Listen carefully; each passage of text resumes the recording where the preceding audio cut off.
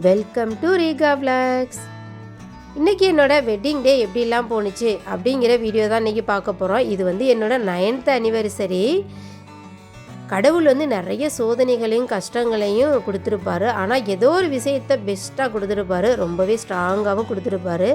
அப்படி எனக்கு வந்து கடவுள் கொடுத்த ஒரு மிகப்பெரிய கிஃப்ட்டு அப்படின்னு சொல்லி பார்த்திங்கன்னா என்னோடய கல்யாண வாழ்க்கை. என்னோடய ஹஸ்பண்ட் வந்து எனக்கு கிடைச்சது ஒரு மிகப்பெரிய வரம் அப்படின்னு சொல்லி தான் நான் இது வரைக்கும் நினச்சிட்ருக்கேன். 5 மணிக்கெல்லாமே முழிச்சிட்டு பார்த்திங்கன்னா வீடியோ எடிட்டிங்கில் உட்காந்துட்டேன். அதுக்கப்புறம் குளிச்சுட்டு வேலைகள்லாம் பார்க்குறதுக்கு கொஞ்சம் லேட் ஆயிடுச்சு. வாசல் துடைச்சி கோலம் போட்டு விளக்கேற்றி சாமியும் கும்பிட்டுட்டு அதுக்கப்புறம் வந்து இண்டக்ஷன் ஸ்டவ்வில் டீ போட்டுட்டு வந்து சன்விக் ஸ்கூலுக்கு வந்து ரைஸு பால்லாம் காய வச்சு சுடு தண்ணி காய வச்சு அப்படின்னு சொல்லி வேலை கொஞ்சம் அப்படியே பரபரப்பாக போன மாதிரி தான் இருந்துச்சு. தலைக்கு வந்து கிளிப்பு கூட போட முடியலைங்க. அப்படியே ஒரு கடைசியில் ஒரு முடிச்சை போட்டு விட்டு அப்படியே வேலைகள்லாம் கடகடன்னு பார்த்துட்டு இருந்தேன். காலையிலே வந்து டிஃபனு எல்லாமே ரெடி பண்ணி வச்சிடலாம் அப்படின்னு சொல்லிட்டு தான் வேலைகள் எல்லாமே விறுவிறுன்னு பார்த்துட்ருந்தேன். அப்புறம் இண்டக்ஷன் ஸ்டவ்லேயே டீ போட்டு வச்சுருந்தேன். ஹஸ்பண்ட் வந்து வாக்கிங் போயிட்டு ஒரு சில திங்ஸ்லாம் வாங்கிட்டு வர சொல்லியிருந்தேன். அதுவும் கையோடு வாங்கிட்டு வந்துட்டார். சேர்ந்து அப்படியே 2 பேரும் டீ குடிச்சிட்டு அப்படியே கொஞ்சம் நேரம் பேசிகிட்டே அப்படியே வேலையை பார்த்துட்டு இருந்தேன். வாங்கிட்டு வந்த ஜாமான்லாம் அப்படியே கையோடு எடுத்து வச்சிடலாம், இல்லைனா அப்படி இப்படியே ஒரு வேலையாக மாற்றி வந்துட்டுருக்குன்னு சொல்லிவிட்டு அதையும் எடுத்து எல்லாமே ஃப்ரிட்ஜில் ஸ்டோர் பண்ணி எடுத்து வச்சுட்டேன். டிஃபனுக்கு காலைல வந்து இட்லியும் கார சட்னியும் வச்சுக்கலாம் அப்படின்னு சொல்லிட்டு இண்டக்ஷன் ஸ்டவ்வில் வந்து இட்லி ஊற்றி வச்சுட்டு வெங்காயம் தக்காளி வந்து நம்ம வந்து கேஸ்லேயே வதக்கி விட்டுக்கலாம். ஏன்னா வந்து கொஞ்சம் லேட்டானது மாதிரி ஆயிடுச்சு. அதனால் வந்து இந்த சைடு அப்படியே முடிச்சிடலாம் அப்படின்னு சொல்லிட்டு அந்த வேலைகள்லாம் பார்த்துட்டு இருந்தேன். சன்னிக்கு வந்து கேரட் ரைஸ் பண்ணி கொடுக்கலாம் அப்படின்னு சொல்லிட்டு சைடில் வந்து கேரட்டு திருவி வச்சுட்டேன். நம்ம வந்து என்னோடய ஹஸ்பண்ட் வந்து பார்த்திங்கன்னா உனக்கு என்ன கிஃப்ட் வேணும் அப்படின்னு சொல்லி அவர் ஓப்பனாகவே 1 வீக் முன்னாடி கேட்டார். அவருக்கு வந்து இந்த சர்ப்ரைஸ் பண்ணுறது இதெல்லாம் பிடிக்காது. இருக்கிற பொருளையே வாங்கி மாற்றி வாங்கி கொடுக்குறது, சாரீ வாட்சு ஹேண்ட்பேக்னு வாங்கி கொடுக்குறத விட அவங்களுக்கு பிடிச்ச மாதிரி அவங்களோட விருப்பம் என்னவோ அதையவே கேட்டு வாங்கி கொடுத்துர்லாம் அப்படின்னு சொல்லி தான் அவரோட எப்போதுமே அவர் அப்படி இருப்பார்.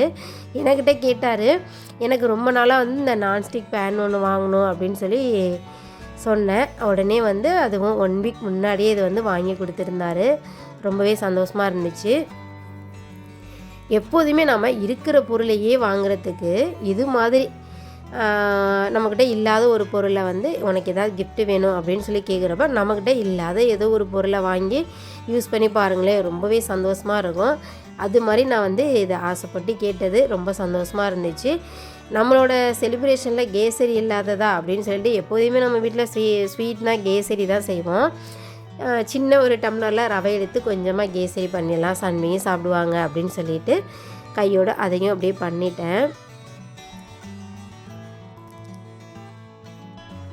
நீங்களும் இந்த டிப்ஸ் உங்களுக்கும் பிடிச்சிருக்கா என்னென்னு ட்ரை பண்ணி பாருங்களேன். உங்கள்கிட்ட ஏதாவது கிஃப்ட் எதுன்னு கேட்டால் உங்கள்கிட்ட இல்லாத ஒரு பொருளை வந்து நீங்கள் வந்து கிஃப்டாக வாங்கி பாருங்கள். இருக்கிற பொருளையே வாங்குறதுல ஒரு ஹாப்பினஸ் இருக்குது. அதில் சாரீ வந்து ஆல்ரெடி நம்ம நிறைய வச்சுருப்போம், ஹேண்ட்பேக் வச்சுருப்போம், அதையவே வாங்கி ஒரு மாதிரி இருக்கும்.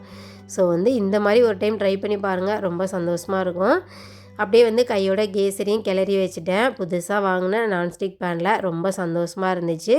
எல்லா வேலைகளையும் முடிச்சுட்டு சன்வியும் அப்படியே குளிக்க வச்சுட்டு நான் வந்து அப்படியே சாரீ தான் கட்டிக்கிட்டேன். இந்த சாரீ வந்து நீங்கள் ஆல்ரெடி பார்த்துருப்பீங்க. இந்த நம்ம திருவிழாவுக்கு வந்து போட்டிருந்தோம் பார்த்திங்களா, முளைப்பாரி தூக்குறப்ப அந்த சாரீ தான் இது.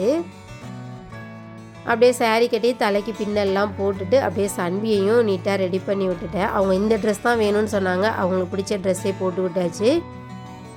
இவர் தாங்க நம்ம தலைவர், மருந்தாளுநர், ஹீரோ. பாருங்கள், நான் வந்து இந்த வீடியோவுக்காக 2-3 நாளாகவே கேட்டுட்டு இருந்தேன். ஒரே ஒரு நாள் மட்டும் அப்படியே ஒரு 2-3 கிளிப்ஸ்க்கு வீடியோவுக்கு வரலாமே அப்படின்னு சொல்லிட்டு சரின்னு சொல்லி அவர் வீடியோ இதிலலாம் விருப்பம் இருக்காது, அப்படியே வந்துட்டார். அவருக்கு சர்ப்ரைஸாக நான் ஒரு கிஃப்ட் ஒன்று வாங்கி வச்சுருந்தேன். அதோட வீடியோ கிளிப்ஸும் கீழே ஆட் பண்ணியிருக்கேன் பாருங்கள். இது வந்து ஃப்ரைடே நான் போயிட்டு வாங்கிட்டு வந்திருந்தேன் ஷர்ட்டு. அவருக்கு ரொம்பவே சந்தோஷமாக இருந்துச்சு, பிடிச்சிருக்குன்னு சொல்லி சொன்னார். டியூட்டிக்கு பர்மிஷன் போட்டிருந்தார், 10 மணிக்கு அப்படியே டியூட்டிக்கு போய்க்கலாம் அப்படின்னு சொல்லிட்டு. இவர் வந்து ஒரு ஃபார்மசிஸ்ட்டுன்னு ஆல்ரெடி நான் சொல்லியிருக்கேன்.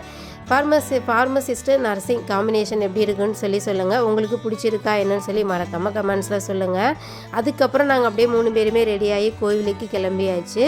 இந்த பார்க்கு கூட நம்ம போயிருப்போம், பார்த்துருக்கீங்களா, வீடியோவில் கூட நான் போட்டிருப்பேன். அப்படியே பெருமாள் கோவிலுக்கு தான் வந்து கிளம்பிட்டோம். இந்த கோவில் இருந்த ஏரியாவில் தான் ஃபஸ்ட்டு நாங்கள் வந்து குடியிருந்தோம். மேரேஜ் ஆன புதுசில் இங்கே தான் குடியிருந்தோம். சன்விக்குமே இந்த கோவிலில் தான் காது குத்துமே வச்சுருந்தோம் போன வருஷம். பெருமாள் கோவில். நம்ம ஊர் கோவிலில் வந்து கும்பாபிஷேகம் நடந்துச்சு பார்த்திங்களா, அதே தினத்தில் தான் வந்து இங்கேயும் கும்பாபிஷேகம் பண்ணியிருந்தாங்க. சரி, அந்த 48 நாளுக்குள்ளே வந்து கோவிலுக்கு போனால் ரொம்ப நல்லா விசேஷமாக இருக்கும் அப்படின்னு சொல்லுவாங்கள்ல. அதனால் சரி நம்ம இன்னன்னைக்கு இந்த கோவிலுக்கு போகலாம் அப்படின்னு சொல்லி தான் நாங்கள் நைட்டே முடிவு பண்ணியிருந்தோம். கோவிலில் பெரிய அளவு கூட்டம் எதுவும் இல்லை, நல்லா ஃப்ரீயாக இருந்துச்சு. போன உடனே வந்து நல்லா சாமி கும்பிட்டு நல்லா திருப்தியாக வந்து வந்தாச்சு. கோவிலில் நல்லா பெயிண்டிங் பண்ணி சூப்பராக ரெடி பண்ணியிருந்தாங்க. பார்க்குறதுக்கு ரொம்ப சூப்பராக இருந்துச்சு. சன்வியோட காது குத்துக்கு போனோம். அதுக்கப்புறம் வந்து இந்த புரட்டாசியோட கடைசி சனிக்கிழமை போனோம். ஆனால் கோவிலுக்குள்ளே நுழையவே முடியலை, அவ்வளோ கூட்டம் இருந்துச்சு. அதனால் பெருசாக வெளில நின்று அப்படியே நின்றுட்டு சாமி கும்பிட்டுட்டு வந்துட்டோம். 1 இயர்க்கு அப்புறம் இன்றைக்கி தான் இங்கே போகிறோம் பார்த்துக்கோங்க. நம்ம இருக்கிற இடத்துலேருந்து இந்த கோவிலுக்கு ஒரு 2 கிலோமீட்டர் அளவு வரும், 2-2.5 கிலோமீட்டர் அளவு வரும்.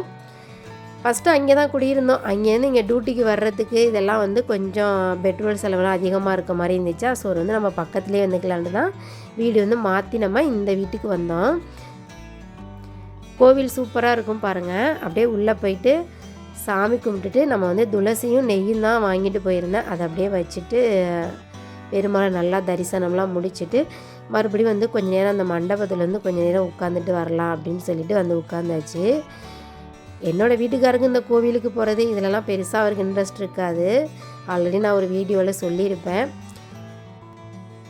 அப்படியே கோவிலுக்கு வந்துட்டு ஒரு சில ஃபோட்டோஸ்லாம் அப்படியே எடுத்துகிட்டு சாமி கும்பிட்டுட்டு வீட்டுக்கு வந்தாச்சு. ஹஸ்பண்ட் அப்படியே சாப்பிட்டுட்டு டியூட்டிக்கு கிளம்பிட்டார் 10 மணிக்கெலாம். சன்விக்கு பார்த்திங்கன்னா ஸ்கூல் லேட்டானது மாதிரி ஆயிடுச்சு, 10 மணி ஆகிடுச்சு. சரி இன்றைக்கி லீவ் போட்டுடலாம் அப்படின்னு சொல்லிட்டு சன்வியை வீட்டிலே விளையாட வச்சாச்சு. ஆனால் ஸ்கூலுக்கு அனுப்புகிற ஐடியாவில் தான் நான் வந்து லஞ்ச்லாமே ரெடி பண்ணியிருந்தேன். ஆனால் கோவிலுக்கு போயிட்டு வர லேட் ஆயிடுச்சு. அப்படியே சன்வியை விளையாட விட்டுட்டு நான் பிரியாணிக்கு இந்த கொத்தமல்லி புதினா இதெல்லாமே வந்து உட்காந்துட்டு அப்படியே ரெடி பண்ணி வச்சுட்டேன்.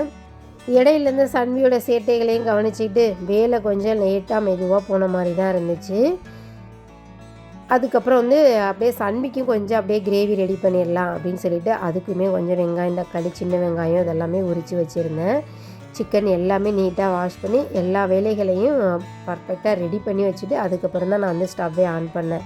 நம்ம வந்து நான்வெஜ் வந்து பார்த்திங்கன்னா இண்டக்ஷனில் சமைக்கிறதுக்கு எனக்கு பெருசாக விருப்பம் இல்லை. ஏதோ ஒரே ஒரு நாள் நான் சமைச்சிருப்பேன். ஏன்னா அந்த சைடு வந்து அந்த நாள் கேஸ் வந்து தீர்ந்து போயிருந்துச்சு. நம்ம வந்து நான்வெஜ் வந்து நல்லா குக் பண்ணால் தான் நல்லாயிருக்கும், இல்லைனா எதுவும் ஃபுட் பாய்சன் ஆயிடுமோ அப்படின்னு சொல்லிட்டு இன்றைக்கி இண்டக்ஷனை தவிர்த்தரலாம் அப்படின்னு சொல்லிட்டு நான் வந்து அப்படியே குக்கரில் பிரியாணியே ரெடி பண்ணிடலான்னு சொல்லிட்டு தான் அந்த வேலையும் பார்த்தேன். அப்புறம் வந்து பார்த்திங்கன்னா சன்விக்கு கொஞ்சம் குழம்பு வச்சிடலாம் அப்படின்னு சொல்லிட்டு அதுவுமே அப்படியே அந்த சைடு வச்சுட்டேன். மறுபடியும் எக்ஸ்ட்ரா சாதம் வடித்து நமக்கு இங்கே கிரேவி வச்சு இதெல்லாம் வந்து கேஸ் வந்து நிறைய வேஸ்ட் ஆகும். அதனால் 1 பார்ட் ரெசிபியாக நம்ம இதே மாதிரி பண்ணிடலான்னு சொல்லி தான் நான் முடிவு பண்ணியிருந்தேன். பிரியாணி வந்து ரொம்ப பர்ஃபெக்டாக வரும் அப்படின்னு சொல்லி எதிர்பார்க்கல. நம்மளோட ஸ்டைலில் எதுவும் வைக்கிறது மாதிரி வைக்கலாம். எது வச்சாலும் என்னோடய ஹஸ்பண்ட் வந்து பெருசாக எதுவும் குறை சொல்ல மாட்டார். அப்படியே வந்து பிரியாணி நீட்டாக ரெடி பண்ணி வச்சாச்சு. ரெடி பண்ணி ஹாலில் எல்லாம் எடுத்து வச்சுட்டேன். அவருமே டியூட்டி வந்து ஓபிலாம் முடிச்சுட்டு ஒரு 2:30க்கு வந்துட்டார். சேர்ந்து அப்படியே 3 பேரும் ஜாலியாக சந்தோஷமாக பேசிக்கிட்டு சாப்பிட்டோம்.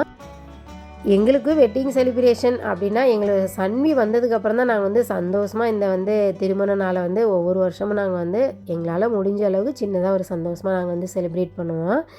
எங்களுக்கு வந்து இந்த டே வந்து ரொம்ப சந்தோஷமாக நல்லா போணுச்சு எங்கள் சன்வியோடு சேர்த்து. நம்ம வந்து குழந்தைங்களாம் வந்துட்டாங்க, இனிமேல் நமக்கு என்ன அப்படின்னு சொல்லி இல்லாமல் குழந்தைங்க வந்ததுக்கப்புறம் தான் ஒவ்வொரு நாளையும் திருவிழாவாக கொண்டாடணும் அப்படின்னு சொல்லி நானும் என்னோடய ஹஸ்பண்டுமே நினச்சி பேசிகிட்டே இருப்போம்.